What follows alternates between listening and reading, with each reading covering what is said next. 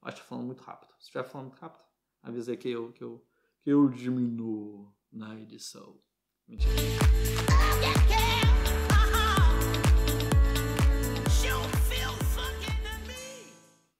Boa noite, meu nome é Dalai, muito prazer. Esse aqui é o segundo vídeo da série Minuto Blender. Para quem assistiu ao vídeo anterior, para quem deu like, para quem comentou, muito obrigado. Foram alguns comentários muito relevantes. Anotei várias das ideias e estou querendo hoje falar de um dos temas que foi muito comentado, que é o Blender 2.8. Quando eu digo muito comentado, quero dizer que tiveram uns 2 ou 3 comentários. Mas teve pessoas querendo saber de realidade virtual, alguns 2 comentários, pessoas querendo saber sobre o desenvolvimento do Blender, como é que é ser um desenvolvedor, como é que eu cheguei a começar a desenvolver para esse programa. E eu acho que esse é todo assunto que vai dar muito pano para manga para vídeos futuros. Esse vídeo eu vou falar rapidamente sobre o que é o Blender 2.8, quais são as principais funcionalidades que a gente espera no novo Blender, quando que ele vai sair e onde você consegue ir testando ele durante esse processo. Em vídeos futuros a ideia é poder estar falando de cada assunto individual com mais profundidade, mas a ideia aqui é fazer uma abordagem bem rapidinha para poder dar uma pincelada no projeto todo.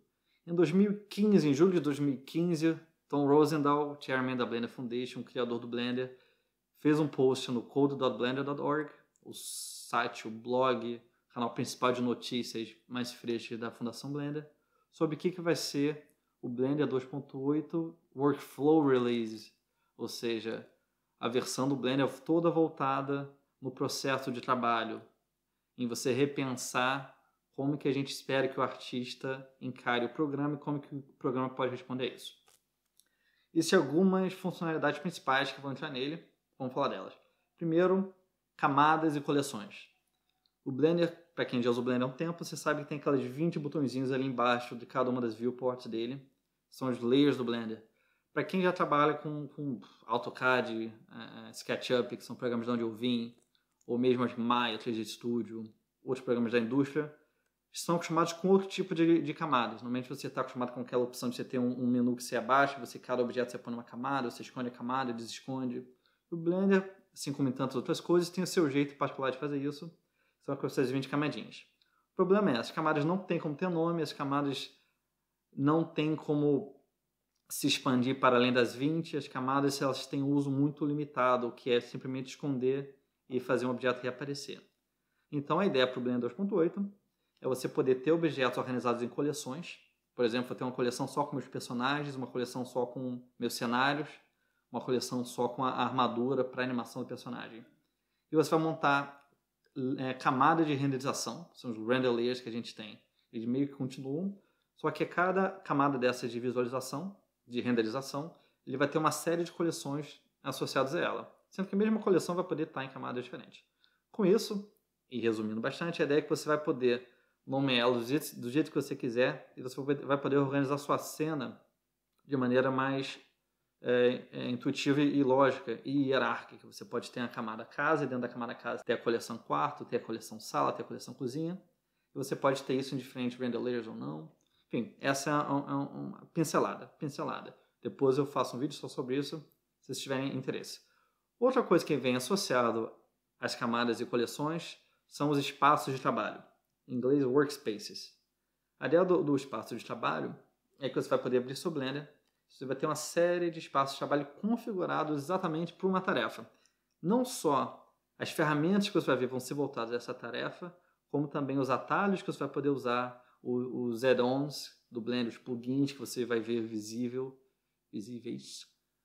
E também qual a camada, lembra que eu acabei de falar das camadas de renderização? Qual a camada de renderização vai estar visível?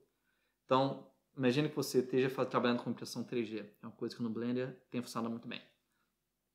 Você pode ter um ambiente de trabalho só para modelagem, onde você vai ter ali no fundo configurado a sua imagem de referência, você vai ter uma grade métrica de milímetro em milímetro, normalmente você vai querer para impressão. Você vai ter um shade, né, uma configuração de luz sem nenhum material, só com o matcap do Blender, que é essa visão meio, como chama, visão de argila.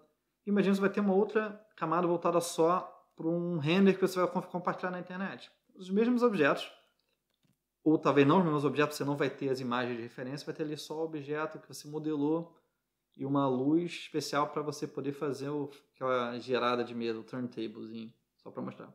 E vai ter uma outra camada ainda por cima, um outro espaço de trabalho, só para a parte de você fazer o baking da versão High Poly, que você modelou, para a versão que você vai precisar ajustar e otimizar para impressão 3D. Imagina você vai tendo uma outra só para... sei lá, não sei. Mas a ideia é você poder ter dentro do mesmo arquivo, você ter diferentes espaços de trabalho, cada um voltado exatamente para uma tarefa que você vai fazer. Outra coisa que é importante nisso tudo é uma coisa mais técnica, e é a penúltima dos tópicos que eu vou falar, que é a questão do Depth Graph. Vocês já ouviram falar o que é o Depth Graph do Blender? Tem alguns posts mais técnicos também no blog em inglês da Fundação Blender. Resumindo, Depth Graph vai ser uma coisa que vai ser mais rápida. E vai ser mais rápido para você conseguir ver a sua animação, por exemplo. Você que animou, fez uma série de relações de personagens complicada com ossatura, está usando o Blend Rig. Por exemplo, o projeto atual da Fundação Blender, eles estão usando o Blend Rig para todos os personagens. Isso quer dizer que cada personagem tem 3.000 ossos para serem calculados e a relação entre eles é complicada. Isso acaba tendo uma consequência que o animador, às vezes, tem que ficar animando de quadro em quadro, salvando para vendo de volta. Então a gente espera que no Blender 2.8 o animador consiga trabalhar direto ali na interface do Blender, vendo em tempo real o que ele está fazendo e podendo alterar sem precisar ficar dando muitas voltas. E por fim, e eu acho que vai ser a coisa que vai ser mais impressionante, vai atrair mais gente para o novo Blender, é a Eevee. Eevee é uma sigla que não tem um significado específico, mas a ideia da Eevee é ser uma nova, como se fosse uma engine para visualização em tempo real na área de trabalho do Blender. Então você tem a viewport do Blender, hoje em dia você muda cycles ou o Blender interno e você tem uma pré-visualização que não necessariamente corresponde ao render final. E se você trabalha com o Unreal Engine ou com a Unity, o Marmoset, então você faz todo um material bonitinho ali no cycles, mas você de novo tem que fazer todo o trabalho na ferramenta externa. Então é você poder ter na viewport do Blender, você vai ter uma engine que vai ser só para isso. Você vai ter uma sombra bonita demais, com uma sombra super suave, com um sistema de reflexo para a cena inteira. Então, uma vez mais, uma coisa não é cycles, então não demora para renderizar. É uma coisa que você dá play, já vê acontecer como se fosse um jogo. Mas para você poder ter imagina você está animando, você tem um espelho, e se o personagem está aqui, ele está se degladiando contra alguém que está atacando ele com um raspador de cabelo. Isso é no filme que eles estão fazendo agora, tem exatamente isso. E você tem um espelho aqui atrás. Se você não conseguir ver o efeito do espelho enquanto você está animando, depois de animado você vai ter uma série de surpresas. Com o espelho eu estou vendo um quadro que estava lá na frente que não está muito legal. Com o espelho isso aqui não funciona tão bem que eu estou vendo 2 braços e... não importa. Tem uma série de coisas que a gente precisa ter na hora de fazer trabalho com Blender e que hoje em dia o que a gente tem na viewport do Blender não é suficiente. E é isso. O que eu queria saber, só para terminar, qual parte do Blender 2.8 você está esperando que aconteça mais cedo, você está com vontade de testar, de brincar? Eu não posso esquecer de falar que se você quiser pegar o Blender 2.8 agora e testar agora, você pode ir no builder.blender.org. Vou botar o link na descrição do vídeo, do lado do like. É super inseguro, você não deve salvar nenhum arquivo importante com ele. Não deve depender dele para produção. Mas é bacana para começar a ver as coisas acontecendo. Pois bem, pega ele, brinca e me diz qual a parte do Blender 2.8 que você quer que aconteça, que você está esperando mais para usar no seu dia a dia. Se quiser que eu fale mais, se quiser que eu fale menos, se quiser que eu edite mais, se quiser que eu fale mais devagar, fale mais alto, fale mais baixo, me avisa, eu sou todo ouvidos. Quero sugestões para os próximos vídeos. E é isso. Falei tudo. Boa noite. Ou eu não sei porque a câmera acabou de cortar no meio, então acabei de cortar, vou recomeçar daqui.